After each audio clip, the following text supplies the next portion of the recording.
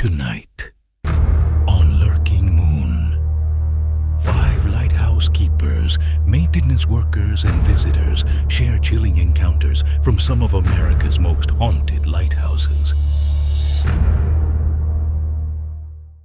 There's a sound the tower makes after the last visitor leaves. A low creak of old iron settling into the night, and I've learned to tell that sound apart from footsteps. That's how I knew, on a Tuesday in late October, that someone else was climbing the stairs with me. I'm a night guide at the St. Augustine Lighthouse, which means I lock up after the evening tours, walk the grounds, and make sure no one's wandered off to watch the sunset from the rocks. That night, I'd found a side door near the old keeper's workshop swinging loose on its hinge. Not damaged, just unlatched. The kind of thing that happens when a latch finally gives up after 150 years. I went to secure it and shut down the museum lights floor by floor. The lighthouse has 219 steps, a black and white spiral that visitors love to photograph from the bottom looking up, like a barber's pole twisting into the dark. I was on the second landing when I heard footsteps above me. Slow, deliberate, the sound of boots on iron, not sneakers. I called out. No one answered. I told myself a straggler had slipped past during closing, hidden in the gift shop or the bathroom, waiting for an empty building to explore on his own. It happens more than people think. So I climbed faster, following the sound, and the footsteps climbed faster too, always a flight above me, never closer, never farther. By the time I reached the watchroom, just below the lantern itself, my legs were burning, and my flashlight beam was shaking slightly against the curved wall. The footsteps had stopped. I stood still and listened to my own breathing fill the stairwell. "I know you're up there," I said, and my voice sounded smaller than I meant to. "I just need you to come down. We're closed." Nothing. I climbed the last short ladder into the lantern room, where the old Fresnel lens still throws its beam out over the water every night, the same pattern it threw since 1874. The room was empty. Outside, the beacon swept slowly past the glass, lighting the room for a second at a time, then leaving it dark again. That's when the light caught him. A man stood at the gallery rail, looking out toward the inlet, wearing a dark uniform coat with buttons I didn't recognize from any era I knew. He didn't turn around. He didn't seem aware of me at all. I stood frozen as the beam swept past again, and in that second flash, he was gone. Not faded, not dissolved, simply gone. The way a held breath disappears when you finally let it out. I won't pretend I didn't run down those 219 steps faster than I've ever moved in my life. The next morning, I almost convinced myself it had been exhaustion, a trick of shadow and a long shift catching up with me. Lighthouses do that. They're full of angles that play with tired eyes. I might have left it there, filed away as something I'd never quite explained to myself, if not for what one of the day guides showed me. She'd been reviewing photos from the previous afternoon's tour, the kind taken automatically at the top for visitors to purchase as keepsakes. In one image, a family of 4 smiled at the camera near the gallery rail, the same rail I'd stood beside the night before. Behind them, half turned toward the water, stood a man in a dark coat with buttons I didn't recognize from any era I knew. "Who's that?" she asked me, scrolling closer. "We didn't have anyone in costume yesterday." I didn't answer right away. I just looked at the buttons on his coat, the same ones I'd seen catch the light for a half second before he vanished, and felt something settle cold in my chest.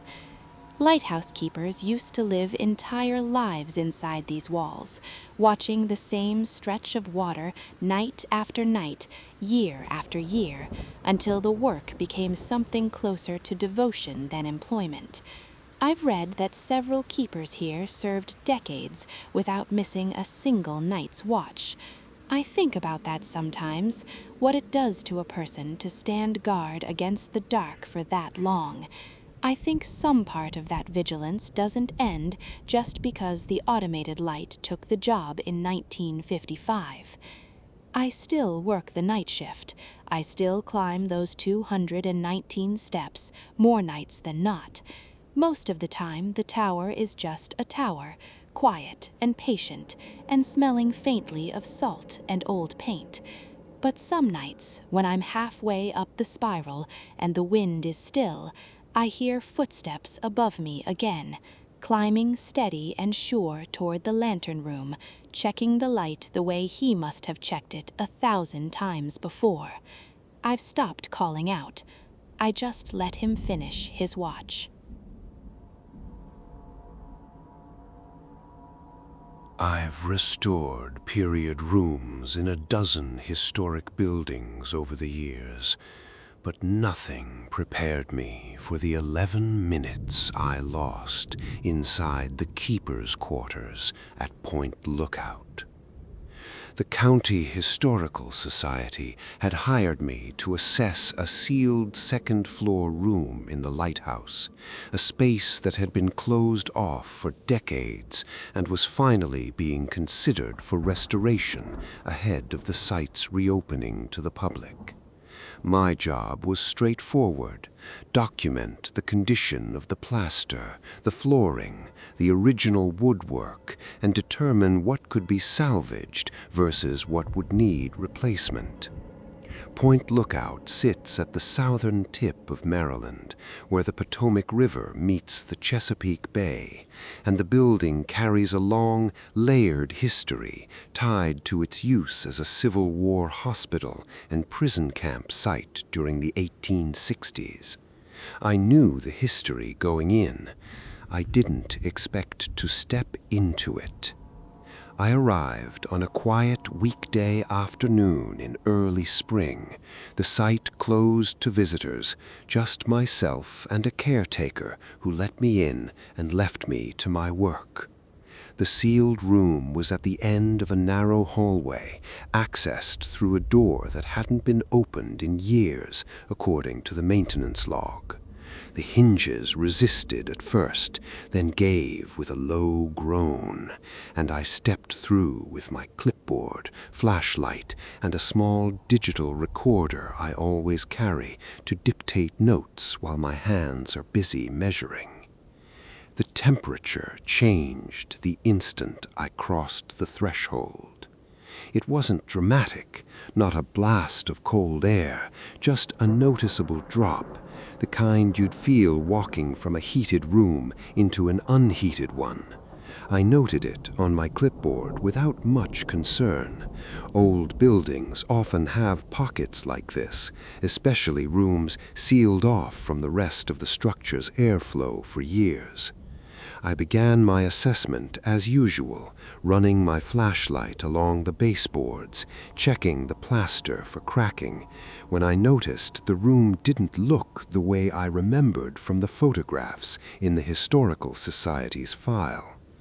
The wallpaper, faded and water-stained in every photo I'd studied beforehand, looked different, fuller, the colors deeper, as if it had recently been hung rather than peeling after a century of neglect. There was a washstand against the far wall that hadn't appeared in any inventory I'd reviewed, and a smell in the air I couldn't immediately place, something like lamp oil and damp wool, faint but distinct. That's when I heard the voices, low, overlapping, the cadence of men speaking quietly among themselves, the kind of conversation you'd overhear in a crowded room rather than make out clearly.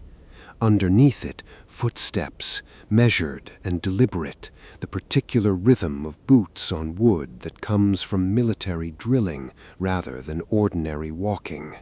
And beneath all of it, a steady sound I recognized from years of working near the water, the distant impact of waves against old timber, the kind a dock or ship's hull would make, though I was nowhere near the shoreline from inside that room.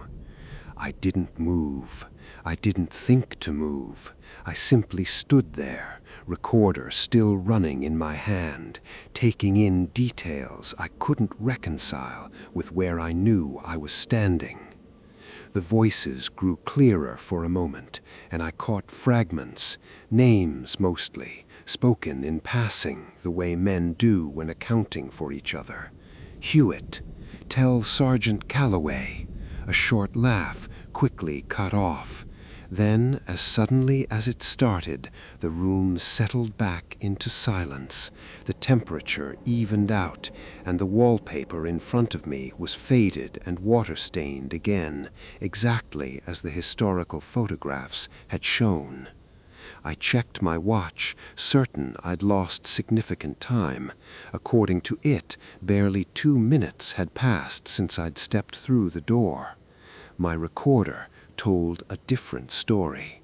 When I played it back later that evening, the file ran 17 minutes long, far beyond what my watch had recorded, and longer than I'd spent in the room by any reasonable account. The voices were there, faint but audible beneath the hum of the recorder's internal noise, along with the footsteps and that strange rhythmic sound of water against wood. I gave the names I'd caught to a researcher at the Historical Society the following week, expecting nothing in particular. She came back to me a few days later, quieter than I expected. Both names matched soldiers documented as having served at Point Lookout during its years as a Civil War prison camp site during the war. The room has since been reopened for limited restoration work, but I haven't gone back inside alone. I tell myself it's a scheduling matter, that other projects have taken priority. But some nights, reviewing my notes from that afternoon, I think about those 17 minutes still sitting on my recorder, and I wonder whether some part of that room is still keeping its own time, waiting for the next person who steps through that door to lose track of theirs. I've run charter trips out of Montauk for almost 15 years, and the only time I've ever been truly afraid on the water had nothing to do with weather. I canceled an afternoon trip that day because of a system moving in off the coast, the kind of front that builds fast and turns a calm morning into something no sensible captain takes paying passengers into. By late afternoon, the worst of it had passed, leaving behind a choppy, unsettled sea and a sky still heavy with cloud cover. I took my boat out alone to reposition her closer to the dock and check that nothing had worked loose during the rougher hours, a routine run I've made more times than I can count, past Montauk Point. I was maybe half-mile east of the lighthouse, the beam sweeping its usual rotation through the gray evening light, when I saw the ship. It sat low in the water, a dark silhouette against the clouds, and something about its shape struck me as wrong before I could say exactly why. The lines were off, too narrow through the hull, rigging where there should have been none, nothing matching the profile of any vessel that runs these waters now, commercial or recreational. I throttled back and reached for my binoculars, telling myself I was looking at some kind of replica, maybe a tall ship out of New London running late on a return trip. My radar told a different story. There was nothing on the screen where the ship sat, not even the faint return you'd expect from a wooden hull. I checked my radio next, hailing on the standard channel, asking the vessel to identify itself. Nothing came back but open static. Through the binoculars, I could make out figures on deck, standing motionless, facing the lighthouse. I counted 4, maybe 5, though the failing light made it hard to be certain. None of them moved, not when I called out across the water, not when my own boat rocked hard in the swell. They stood there with the particular stillness of men waiting for something, all of them angled toward the beam sweeping overhead. I held my position, unwilling to approach closer and unwilling to look away. The lighthouse beam swept the ship once, illuminating it fully for just a moment before passing on. The second time it crossed the vessel, I noticed the figures hadn't shifted at all, still fixed on the tower, still waiting. The third time the beam reached them, the ship was gone. Not sinking, not sailing off into the dark, gone, the way a shape disappears when you blink and your eyes simply lose the threat of it. I scanned the water with my binoculars, certain I'd find it had drifted, but there was nothing, no wake, no debris, no sign that anything larger than my own boat had been on that stretch of water at all. I sat there longer than I should have, the swell knocking against my hull, before I made myself check my instruments and head back in.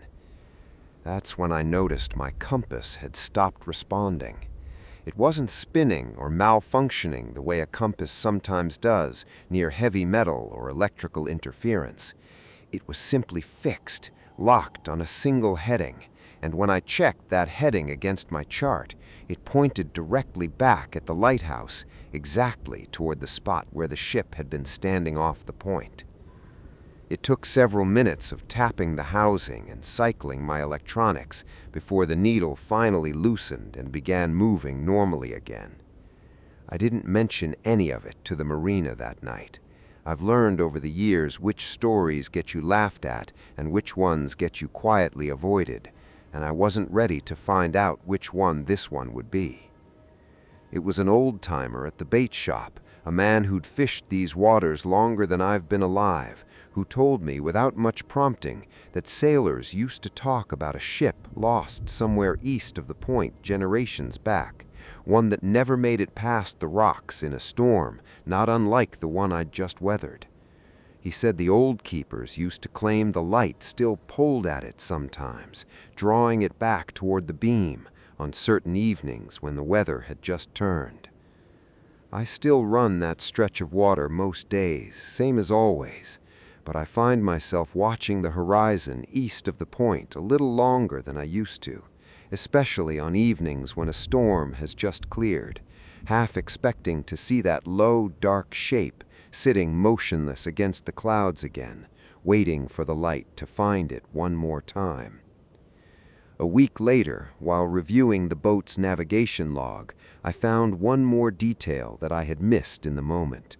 For nearly 4 minutes, the GPS track showed my vessel holding position in a slight oval pattern, even though I remember keeping the throttle steady and the wheel fixed. The charted loop circled the exact patch of water where the dark ship had appeared. I printed the track and kept it folded in my logbook. It proves nothing by itself, but it is the kind of small, stubborn fact that keeps ordinary explanations from settling comfortably. There's a difference between a radio that's broken and a radio that's silent, and I learned that difference the night a transmitter that hadn't worked in years picked up a voice asking us not to turn off the light. I'd been hired as part of a small team doing an inventory at the Pensacola Lighthouse, cataloging the old maritime radios and signal devices kept in the lower storage room for the Historical Society. Most of it was decommissioned junk, the kind of thing nobody expects to function anymore. Brass dials, cracked housings, wiring that hadn't carried a current since Eisenhower was president. My job was simple: photograph each unit, note its condition, log it for the archive. Nothing about it should require headphones. I'd plugged a pair in anyway, out of habit more than need, testing one of the old maritime sets to see if the speaker still produced sound when powered. It did, faintly, a low hum of static that I expected and recorded without much thought. Then the hum changed. It wasn't loud, that's what made it worse somehow. A voice coming through so clearly under the static that I assumed at first someone in the building had a radio playing nearby. A man's voice, steady, reciting numbers, coordinates, I realized after a moment, the kind a vessel gives when reporting its position in open water. He repeated them twice, the same string of digits, and then he said something that wasn't a coordinate at all. Don't let them kill the light. I sat there with the headphones against my ears for a long moment waiting for more. There wasn't any. Just static again, the ordinary kind, until I finally pulled the unit's plug and the room went quiet enough that I could hear my own pulse. I wrote the coordinates down before I could second-guess myself. It felt important, the way certain details do, even when you can't say why. The next morning, before I let myself think too hard about what I'd actually do with the information, I ran them through a marine traffic database, cross-referencing vessel positions for the Gulf the previous night. Nothing came back. No registered boats, no Coast Guard logs, no fishing charters reporting trouble. The coordinates marked an empty stretch of water, miles from any shipping lane. I told myself the radio had glitched, caught some stray broadcast bouncing off the atmosphere the way old equipment sometimes does. It was a reasonable explanation, and I held on to it until that afternoon when I walked through the small visitor exhibit upstairs on my lunch break. The display covered the lighthouse's history, decades of keepers and assistant keepers, black and white photographs in narrow frames. One caught my eye before I understood why. A man in a Coast Guard uniform standing beside the old radio equipment room, captioned only with a name and a date, 1962. Something about his posture, the set of his jaw, made me stop walking. I asked the docent if there were any audio recordings connected to the lighthouse's communications history, more out of curiosity than expectation. She said there were a few archived tapes from a decommissioning project years ago, transfers from old reel recordings the Historical Society had digitized. She let me listen to one through a tinny desktop speaker in the back office, mostly routine radio checks and weather reports. Then his voice came through. Same cadence, same steady delivery. The recording was scratched and thin with age, dated decades before I was born, but there was no mistaking it. I asked her to play it again, and the second time through I heard it clearly beneath the formal weather report he was reading, the faintest trace of something underneath, like a man saying two things at once. I left the lighthouse that day without finishing the equipment log. I told my supervisor I needed more time, which was true, just not for the reason I gave him. I still think about the coordinates sometimes, the empty water where nothing should have been and someone was calling anyway. The light at Pensacola still turns each night, same as it always has. I'd like to think that's why he stopped calling. I'm not entirely sure it's true. The coordinates remained in my notebook for weeks, circled so many times the paper nearly tore. I finally compared them against a chart with an older operator who knew the Gulf well. He said the point sat close to a former shipping lane that had shifted after storms and dredging changed the bottom profile. Then he went quiet and asked where I had gotten the numbers. When I told him, he closed the chart and said only that some calls do not come in late, some calls arrive when someone is finally able to hear them.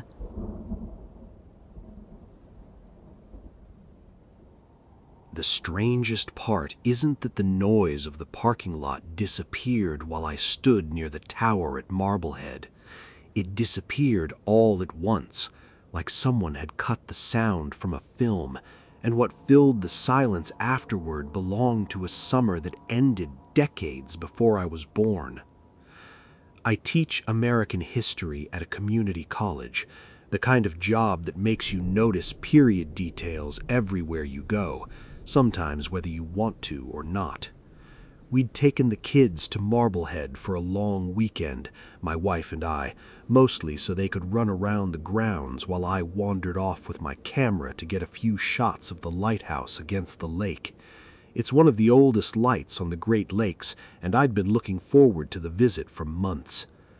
I drifted maybe 50 yards from the rest of the family, close enough to the tower that the modern parking area and visitor walkway were just behind me, when the sound around me simply stopped. Not faded, stopped, the way a recording cuts when someone pulls the plug. No car doors, no distant conversations, no gulls. I remember turning, expecting to find myself somehow alone on the grounds, and that's when I saw them. A crowd stood along the shoreline below the lighthouse, dozens of people in clothing that belonged to another era entirely. Women in long, pale dresses that brushed the grass, men in straw hats and high-buttoned shirts, children chasing each other barefoot near the rocks. Nobody held a phone. Nobody wore anything that placed them anywhere near my own decade. The light atop the tower turned slowly above all of it, the same beam I'd been watching all afternoon, except now it swept across a beach crowded with people who had no business being there. I didn't move. I'm not sure I could have. The scene had a strange stillness to it, despite the activity, like watching something behind glass rather than standing inside it. The children's laughter reached me distant and slightly delayed, the way sound travels oddly over open water. A woman near the shoreline lifted a hand to shield her eyes from the lake glare, looking out at something beyond my view, and for one unsettling moment I had the sense that the whole tableau was simply continuing whatever it had been doing long before I arrived to interrupt it. "This isn't happening," I said, quietly, mostly to steady myself. I don't know how long I stood there. It felt like a full minute, though I suspect it was far less. I blinked, the way you do when your eyes feel strained, and when I opened them again, the parking lot noise rushed back all at once. Car doors, my daughter calling for her brother, the ordinary clatter of a busy historic site on a summer afternoon. The beach below was empty except for two teenagers waiting near the rocks in modern swimsuits. I stood there for a while longer, unsteady, trying to convince myself I'd simply let my imagination run further than usual. History does that to people sometimes, especially at a site this old. I nearly managed to talk myself into it. Then I checked my camera. I'd taken a photograph just before the sound cut out, an absent habit more than a deliberate shot, framing the lighthouse the way I had a dozen times that afternoon. The image showed the tower clearly enough, modern visitors scattered along the path in the foreground. But near the shoreline, faint and slightly soft at the edges the way old photographs sometimes look when scanned poorly, stood the same crowd I'd seen. The dresses, the straw hats, the children near the rocks, and among them, with his back to the camera but unmistakably positioned the way I remember standing, was a man in clothes that matched nothing in my suitcase. I've enlarged that photograph more times than I'd like to admit, looking for some detail that would let me dismiss it as a trick of light or compression artifact. I haven't found one. The figure's shoulders, the angle of his head, even the way he stood with one hand near his pocket, it all matches a habit my wife has pointed out in me for years. We left Marblehead 2 days later, same as planned, and I haven't told my family what I saw at the shoreline that afternoon. But I kept the photograph, and some nights when I can't sleep, I find myself wondering whether that summer crowd is still standing there, just past whatever thin seam separates their afternoon from mine, waiting for the light to turn again before they notice I've gone. What I have not told my family is that the photograph was not the only thing I brought home. Folded inside the brochure from the gift shop, I found a small receipt from a lakeside hotel that closed generations before I was born. The ink was faded, the paper brittle, and the date matched the summer I had seen on the shoreline. No one in my family remembered picking it up. I keep it in the same envelope as the photograph because separating the two feels strangely irresponsible, as if they are fragments of the same misplaced afternoon.